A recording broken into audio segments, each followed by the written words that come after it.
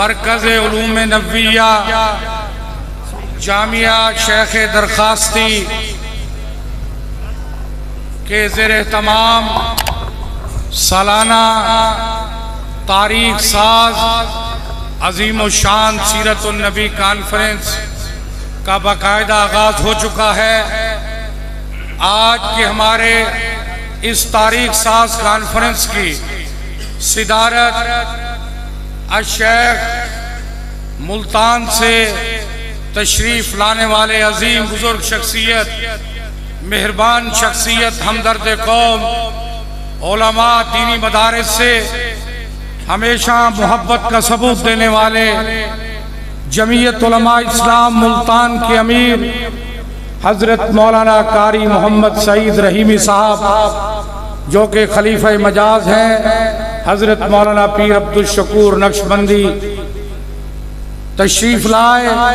ہم ان کو جامعہ شیخ درخواستی کی اس تاریخ ساز کانفرنس میں آمد پر میں اپنے ادارے کے محتمم حضرت مولانا پیر رحمت الرحمان درخواستی اور اپنی پوری انتظامیہ اساتذہ کی طرف سے ہم مبارکباد خوش آمدید کہتے ہیں کہ حضرت آپ گوناگون مصروفیات کے باوجود تشریف لائے، قدم قدم رنجہ فرمایا، ہمارے ماشاءاللہ دل خوش ہوئے۔ اللہ آپ کا آنا قبول فرمائے، اور آپ کے ساتھ ان کی پوری ٹیم، ہمارے محترم الشیخ القاری المقری قاری عبدالرزاق صاحب، اسی طرح عظیم عالم دین ملتان کی عظیم شخصیت قاری محمد امین صاحب، جمعیت طلباء اسلام کے صدر ملک محمد زبیر صاحب تشریف لائے۔ ہم ان سب کو خوش آمدید کہتے ہیں، اہلاً و سہلاً مرحبا، اللہ آپ کا آنا قبول فرمائے۔ اسی طرح حضرت مولانا خلیل الرحمان ڈنگر صاحب، مفتی عابد صاحب، ملک طارق صاحب تشریف لائے، سب کو خوش آمدید کہتے ہیں۔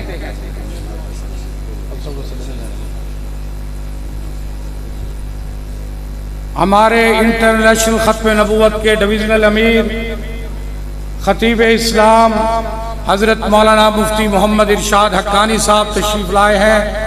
ہم ان کو تاریخ ساز کانفرنس میں شرکت پر خوش آمدید کہتے ہیں۔ یہ دینی اجتماع ہمارے پیر و مرشد حضرت مولانا پیر سیف الرحمان درخواستی اور جمعیت علماء اسلام نے اس کی بنیاد رکھی۔ اس وقت فرزندان توحید بڑی ضرورت ہے کہ ہم دینی مدارس کو، علماء کو، دینی جماعتوں کو مضبوط کریں، اور علماء کرام تشریف فرما ہیں۔ اس وقت بڑی ضرورت ہے ہم اپنی صفوں میں اتحاد و اتفاق پیدا کریں۔ اس وقت بڑی ضرورت ہے لادین قوتیں، سیکولر قوتیں اس وقت دینی مدارس کو، علماء کو مٹانا چاہتی ہیں، تاکہ نبی علیہ السلام کی امت جو اسلام سے روشناس ہو رہی ہے، قرآن و سنت کا یہ جو تعلیم دیا جا رہا ہے، اس کو بند کیا جائے۔